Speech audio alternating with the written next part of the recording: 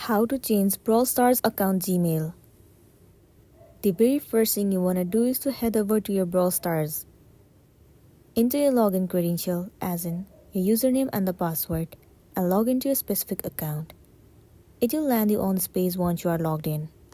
Tap on this three horizontal line at the top right corner and then move into Settings. Inside Settings, you need to head over to Edit Controls. Now you have to click on this gear icon at the very top. In here, you will get to see your Gmail that you are connected to.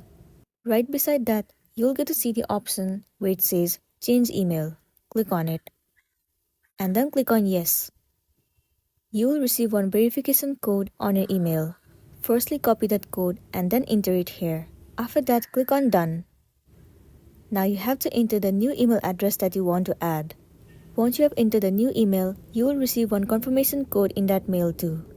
You have to copy that code and then enter it here. Once you have entered, click on Submit.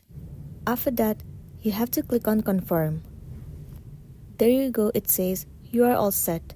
Your Supercell ID email has been changed. So that's all for today, and this is simply how you can change Brawl Stars account Gmail. Make sure to smash the like button and consider subscribing if you found this video helpful. We'll see you in the next one.